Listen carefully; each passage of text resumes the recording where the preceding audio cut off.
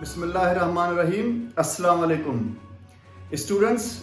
FSc part 1 first year biology में bio energetics के chapter के अंदर मैंने सबसे पहले आप लोगों को लाइट रिएक्शन एक्सप्लेन किया था। फोटोसिंथेसिस के इस प्रोसेस में जिसमें लाइट रिएक्शन के अंदर हमने एटीपी और NADPH के मॉलिक्यूल बनाए थे।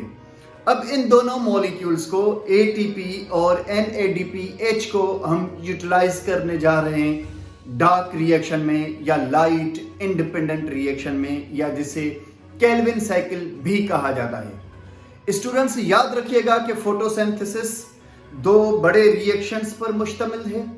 एक को हमने कहा लाइट रिएक्शन। लाइट की मदद से हमने दो मॉलिक्यूल सिंथेसिस किए, एक ATP और दूसरा NADPH। इन दोनों मॉलिक्यूल्स को अब हम इस्तेमाल करेंगे डार्क रिएक्शन में, लाइट इंडिपेंडेंट रिएक्शन में या केल्विन साइकिल में। इन दोनों की एनर्जी को हम यहाँ पर इस्तेमाल करेंगे, इस रिएक्शन को ट्रिगर करेंगे। तो आइए स्टार्ट करते हैं लाइट इंडिपेंडेंट रिएक्शन।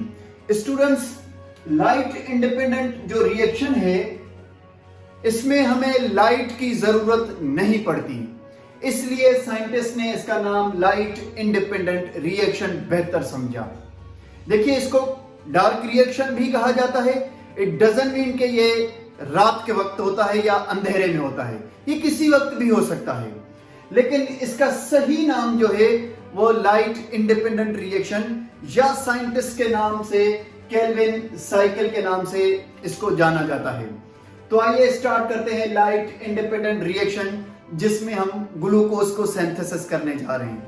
हमने लाइट रिएक्शन में दो मॉलिक्यूल सिंथेसिस किए थे, ATP और NADPH। इन दोनों एनर्जी रिच मॉलिक्यूल की एनर्जी हम यहां यूटिलाइज करेंगे और यहां यूटिलाइज करने के बाद हम जो मॉलिक्यूल बनाएंगे उसे ग्लूकोज कहा जाता है। तो सबसे पहले मैं आपको बता दूं कि लाइट इंडिपेंडेंट रिएक्शन जो है ये 3 स्टेप्स पर मुश्तमिल है। सबसे पहले कार्बोक्सिलेशन या जिसे कार्बन फिक्सेशन कहा जाता है, दूसरे नंबर पर रिडक्शन और तीसरे नंबर पर रीजनरेशन। ये 3 स्टेप्स होते हैं, ये 3 प्रोसेस होते हैं इस पूरे लाइट इंडिपेंडेंट रिएक्शन को मुकम्मल करने में। सबसे पहले देखते हैं कार्बोक्सिलेशन या कार्बन फिक्सेशन किससे कहा जाता है। देखिए स्टूडेंट्स, मैंने यहां पर लिख दिया फेज 1 कार्बन फिक्सेशन। इस साइकिल के अंदर, बिकॉज दिस इज साइकिल, तो चीजें रिपीट होंगी, ये बार बार रिएक्शंस हो रहे होंगे, तो इसलिए इसे साइकिल कहा गया है। और इस साइकिल के अंदर हमारे पास फेज 1 के अंदर कार्बन फिक्सेशन होगी। देखिए स्टूडेंट्स, हमारे पास एक मॉलिक्यूल है जिसे राइबोलोज बिसफॉस्फेट कहा जाता है। अगर इसका हम दूसरा नाम देखें तो इसे RUBP भी कहा जाता है। ये कैसे बना, ये मैं आपको यहां से साइकिल समझाते हुए बताऊंगा, लेकिन हम स्टार्ट करते हैं यहां से कि हमारे पास एक मॉलिक्यूल है जिसे हम राइबोलोज बिसफॉस्फेट या RUBP कहा जाता है। इसी मॉलिक्यूल का दूसरा नाम है राइबोलोज 1,5 बिसफॉस्फेट, या आप इसे कहें राइबोलोज 1,5 बिसफॉस्फेट, या आप इसे कहें RUBP, या आप इसे कहें राइबोलोज बाइफॉस्फेट। इसका स्ट्रक्चर आपको नजर आ रहा है। ये स्ट्रक्चर कैसे बना मैं आपको एट द एंड बताऊंगा। इस मॉलिक्यूल को हम लेकर गए एक एंजाइम के पास। रुबिस्को नाम का एक प्रोटीन है जो एंजाइम का रोल प्ले करता है, और कहा यह जाता है कि नेचर के अंदर सबसे ज्यादा पाया जाने वाला प्रोटीन या एंजाइम यही रुबिस्को एंजाइम है। याद रखिएगा, मेडिकल एमकेट के हिसाब से बड़ा इंपॉर्टेंट पॉइंट आप लोगों को बता दिया कि नेचर के अंदर सबसे ज्यादा पाने वाला जो पाया जाता है प्रोटीन पाया जाता है वो रुबिस्को प्रोटीन पाया जाता है। तो रुबिस्को प्रोटीन या एंजाइम्स की मदद से एक हमारे पास RUBP का मॉलिक्यूल है और ऊपर की तरफ से 3 कार्बन मॉलिक्यूल आए, 1 2 3। ये जो ब्लैक कलर के डॉट हैं, ये ब्लैक कलर के डॉट कार्बन के मॉलिक्यूल हैं। तो ये 3 कार्बन आए। इस 3 कार्बन के आने से और RUBP और ये 3 कार्बन रिएक्शन हुआ रुबिस्को की मौजूदगी में, तो हमारे पास जो मॉलिक्यूल बना उसे हम 3-फॉस्फोग्लिसरेट कहते हैं। स्टूडेंट्स, अब ये जो हमारे पास स्टेप हुआ कि कार्बन फिक्स हुई, कार्बन के 3 मॉलिक्यूल फिक्स हुए फेज 1 के अंदर, जिसे हमने कार्बन फिक्सेशन कहा। This is the step 1। Carbon fixation से मुराद ये है, आप इसकी डेफिनेशन ये ले सकते हैं कि कार्बन जो इस वक्त एनवायरनमेंट में इनऑर्गेनिक फॉर्म में मौजूद थी, अपने एक्चुअल फॉर्म के अंदर कार्बन डाइऑक्साइड मौजूद थी, एटमॉस्फेयर से लीफ के स्टोमेटा के जरिए जब ये रिएक्शन जो है वो सेल के अंदर, सेल्स के भी मैंने आपको बताया है क्लोरोफिल के अंदर, क्लोरोफिल में मैंने आपको बताया था क्लोरोप्लास्ट का स्ट्रक्चर, सॉरी क्लोरोफिल से पहले क्लोरोप्लास्ट का स्ट्रक्चर, क्लोरोप्लास्ट के थैलेकॉइड मेम्ब्रेन में लाइट रिएक्शन हुआ था, इफ यू रिमेंबर, और जो उसका स्ट्रोमा था उसके अंदर लाइट इंडिपेंडेंट रिएक्शन हो रहा है। थैलेकॉइड मेम्ब्रेन में लाइट रिएक्शन हुआ था, याद रखिएगा, और स्ट्रोमा जो जो जो जो थैलेकॉइड मेम्ब्रेन के बाहर जो स्पेस मौजूद है जिसे स्ट्रोमा कहा जाता है, वहां पर लाइट इंडिपेंडेंट रिएक्शन या केल्विन साइकिल हो रहा है। तो जब स्ट्रोमा में 3 कार्बन आए तो वो कार्बन इनऑर्गेनिक फॉर्म में आए।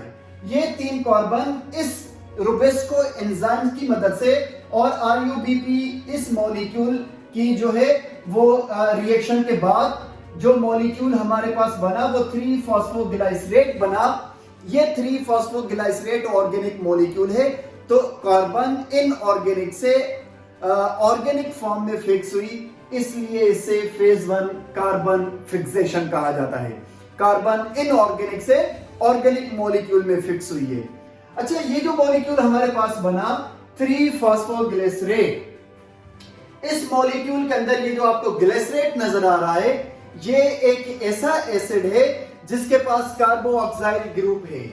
इसके पास मैं लिख देता हूं कि कार्बोऑक्साइल ग्रुप है, और ये कार्बोऑक्साइल ग्रुप जो होता है, अगर इसके स्ट्रक्चर की बात की जाए तो COOH आप इसको लिख सकते हैं, या फिर आप इसको यूं लिख सकते हैं कि O और नीचे की तरफ H और नीचे की तरफ C एंड देन हमारे पास यहां पर OH, हम इसको यूं भी लिख सकते हैं। तो ये जो है इसका इसके साथ अटैच है, और इसके बाद ये 3-फॉस्फोग्लिसरेट जिसका मैंने आपको स्ट्रक्चर बताया कि इसके साथ कार्बोऑक्साइल ग्रुप यहां पर मौजूद है, तो जो जिसका स्ट्रक्चर COOH या COOH आप इसको लिख सकते हैं, इसको हमने फर्दर मॉडिफाई किया, रिएक्शंस हुए, और हमने 6 ATP मॉलिक्यूल को, बिकॉज के ये 6 हैं, आप यहां पर देख सकते हैं कि हमने हर एक मॉलिक्यूल के लिए 6 ATP को यूटिलाइज किया।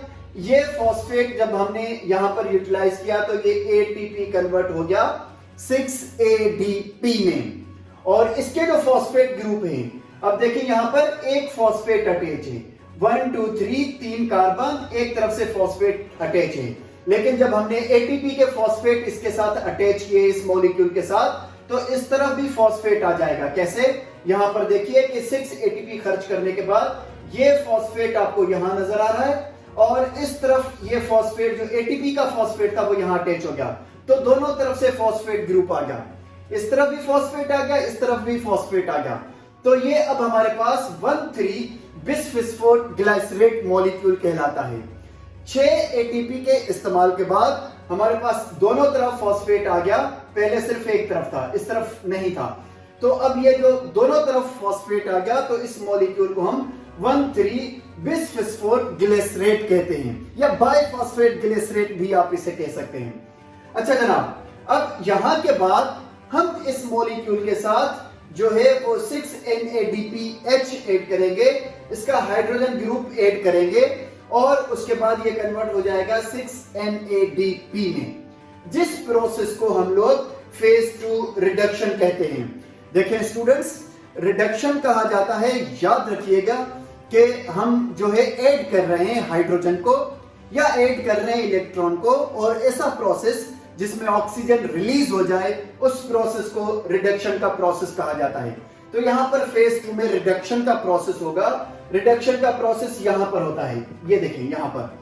अब इस प्रोसेस में, रिडक्शन के प्रोसेस में जो यहां पर हो रहा है, यहां से मैं इसको इस तरफ ले आता हूं, इसमें हम ऐड करेंगे हाइड्रोजन को और इलेक्ट्रॉन को, या हाइड्रोजन के इलेक्ट्रॉन को, और दूसरा ऑक्सीजन को रिलीज करेंगे। तो यहां पर ऑक्सीजन रिलीज होती है जबकि हाइड्रोजन ऐड होती है, तो इसलिए हमने इसे कहा रिडक्शन। अब हमने जब हाइड्रोजन को ऐड किया, हाइड्रोजन कहां से लेकर आए, NADPH की हाइड्रोजन, और ये कन्वर्ट हो गया NADP में। तो जो हमारे पास मॉलिक्यूल आया वो देखें, इसको हमने जब रीस्ट्रक्चर किया, इसको जब हमने मॉडिफाई किया, तो हमारे पास ग्लाइसरेट 3 फॉस्फेट नाम का एक मॉलिक्यूल आया। इस मॉलिक्यूल को ग्लाइसरेट 3 फॉस्फेट को G3P भी कहा जाता है। यह जो G3P मॉलिक्यूल है, this molecule is also known as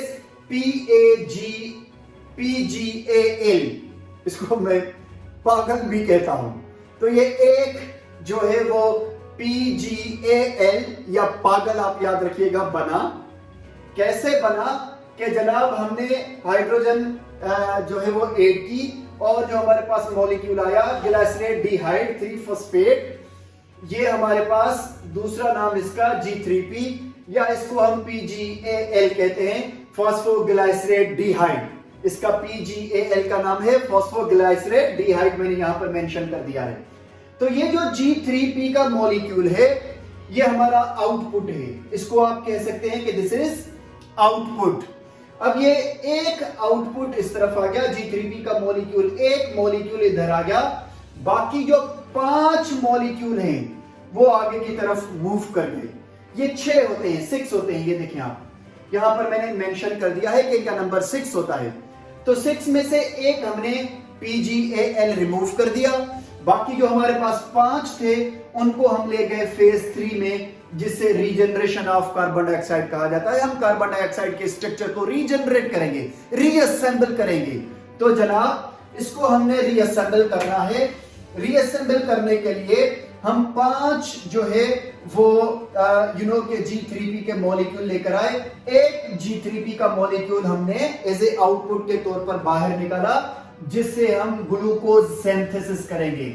अभी ये हाफ ग्लूकोज बना है, अभी ये हाफ है, मैं आपको बताता हूं क्यों। तो यहां पर एक ये जो है वो हाफ ग्लूकोज बनाने के लिए, अभी मतलब हाफ ग्लूकोज बनेगा इस एक G3P से। ये साइकिल जब 6 टाइम होती है, अभी हमने सिर्फ इसको 3 दफा किया है, बिकॉज 3 कार्बन के मॉलिक्यूल थे, तो हमने 3 दफा किया, 1 2 3 दफा करने से एक G3P बना, और एक G3P से हाफ ग्लूकोज बनता है। फिर हमने 4थी दफा किया, 5वीं दफा किया, 6ठी दफा किया। जब हमने 6 टाइम किया, तो 6 टाइम करने से एक ग्लूकोज बनेगा, और एक जो 5 G3P के मॉलिक्यूल होंगे वो रीअसेंबलिंग के लिए, रीजनरेशन ऑफ कार्बन डाइऑक्साइड को रीजनरेट करने के लिए आगे चले जाएंगे जनाब। तो इस तरह से एक ग्लूकोज का मॉलिक्यूल बन जाएगा जब ये साइकिल 6 टाइम होगी। अच्छा जनाब, अब हमारे पास जब हम आगे चले गए, तो आगे जाने के लिए हमारे पास थे 5 मॉलिक्यूल G3P के। 5 G3P के मॉलिक्यूल जो हम लेकर गए हैं, यहां पर मैं मेंशन कर देता हूं G3P। अब ये जो G3P के मॉलिक्यूल है हमारे पास, ये मॉलिक्यूल, आपको एक और मजे की बात बताऊं कि यहां पर हमारे पास ये ग्रुप जो हमारे पास था, ऑक्साइल ग्रुप, ये वाला ग्रुप, ये यहां पर रिमूव हो जाता है। जब ये रिमूव हो जाता है तो हमारे पास एल्डिहाइड नाम का एक ग्रुप ऐड हो जाता है। जो एल्डिहाइड ग्रुप ऐड होगा वो यहां पर ऐड होता है, एल्डिहाइड ग्रुप। अच्छा, एल्डिहाइड ग्रुप ऐड होने के बाद ये G3P बनता है, और फिर G3P जो है हमने एक रिमूव कर दिया, बाकी 5 को इस तरफ लेकर आए। अब ये जो 5 हमारे पास G3P के मॉलिक्यूल हैं, इनको हम रीअसेंबल करेंगे। रीअसेंबल ये कैसे होंगे कि 3ATP दोबारा यूटिलाइज करेंगे। अब इनका फॉस्फेट जब यहां पर यूटिलाइज किया जाएगा तो ये 3ADP हो जाएगा। ये जो हमारे पास 3ATP जो 3 फॉस्फेट हैं, ये इसको रीअसेंबल करने के लिए काफी हैं। अब ये रीअसेंबल कैसे होंगे, यहां पर देखिए कि मैंने इनका स्ट्रक्चर बनाया है 1 2 3 4 5, 1 2 3 4 5, ये 5 देखिए स्टूडेंट्स। अब हमारे पास ये जो स्ट्रक्चर है इसमें 1 2 3 4 5 कार्बन मॉलिक्यूल अटैच है और ये 5 कार्बन मॉलिक्यूल जो है ये 3 दफा है। इसका मतलब हमारे पास कार्बन 15 है। 15 कार्बन को हम यूं लिख सकते हैं, हमारे पास 1 2 3 1 2 3 1 2 3 1 2 3 एंड 1 2 3, ये हमने 15 कार्बन बनाए हैं। अब हम दो को ऐड करेंगे, हमारे पास हुए 6 में से एक और हमने ऐड कर दिया, ये हुआ हमारे पास 9 को जब हम ब्रेक करेंगे बीच में से तो हमारे पास 5 एक तरफ हो जाएंगे, 1 2 3 4 5, और जो हमारे पास 4 बचे 1 2 3 4, ये 4 जब हमारे पास बचे, इन 4 के साथ 3 ये अटैच करेंगे लाइक दिस और 3 ये अटैच करेंगे लाइक दिस, तो हमारे पास 1 2 3 4 5 6 7 8 9 10, 5 ये थे 10 ये हैं। इन 10 को जब हम बीच में से ब्रेक करेंगे तो 5 5 5, ये हमारे पास 5 कार्बन के 3 स्ट्रक्चर आ जाएंगे जो कि हमें चाहिए थे, जिनको हम रेबिनोज बाइफॉस्फेट या RUBP कहा जाता है या रेबिनोज 1,5 बाइफॉस्फेट कहा जाता है, बिसफॉस्फेट कहा जाता है। और ये जो हमने स्ट्रक्चर बनाया, दोबारा से हम इसको ले जाएंगे रुबिस्को एंजाइम के पास और 3 कार्बन आएंगे एंड अगेन। तो ये था हमारे पास रीजनरेशन का फेज। देखिए स्टूडेंट्स, ये जो रीजनरेशन का फेज है ये हुआ और फिर दोबारा से ये साइकिल चलती रहेगी। इस तरह से जो है G3P का मॉलिक्यूल बनता रहेगा जिसे PgAl मॉलिक्यूल कहा जाता है। आखिर में ये जो PgL मॉलिक्यूल है जिसे फॉस्फोग्लाइसरेट डीहाइड कहा जाता है, इससे चाहे जरूरी नहीं है कि इससे प्लांट ग्लूकोज बनाए, इट्स नॉट नेसेसरी। प्लांट चाहे तो इसे फैट लिपिड मॉलिक्यूल बना सकता है, प्लांट चाहे तो इसे प्रोटीन मॉलिक्यूल बना सकता है, प्लांट चाहे तो इसे ग्लूकोज मॉलिक्यूल बना सकता है। ये एक ऐसा यूजफुल मटेरियल है कि आप इसे जो चाहे, प्लांट जो चाहे इसे वो उस तरह का ऑर्गेनिक मॉलिक्यूल बना सकता है। तो एक बड़ा यूजफुल मॉलिक्यूल है, प्लांट के पास अपनी जरूरत के मुताबिक अपने मॉलिक्यूल बनाता है। अच्छा, अब हमारे पास जो असल बात है वो इस केल्विन साइकिल की ये है कि हमने देखा कि 6 ATP हमने यहाँ पर खर्च किए, 6 ATP, और हमने 3 ATP यहाँ पर खर्च किए, 3 ATP। तो ये कितने होते हैं? 6 और 3, ये हो गए 9 हमारे पास। 9 ATP खर्च हुए और NADPH कितने खर्च हुए? 6 ADPH खर्च हुए। तो देखें ये साइकिल मैंने आपको बताया 2 दफा होगी, 2 टाइम्स होगी। तो 9 को जब हम 2 से मल्टीप्लाई करेंगे तो आएगा 18, तो 18 ATP और 6 NADPH, ये हमारे पास एक ग्लूकोज के मॉलिक्यूल को सिंथेसिस करने में खर्च होते हैं। 18 ATP और 6 NADPH, एक ग्लूकोज के मॉलिक्यूल को। थैंक यू सो मच, खुदा हाफिज।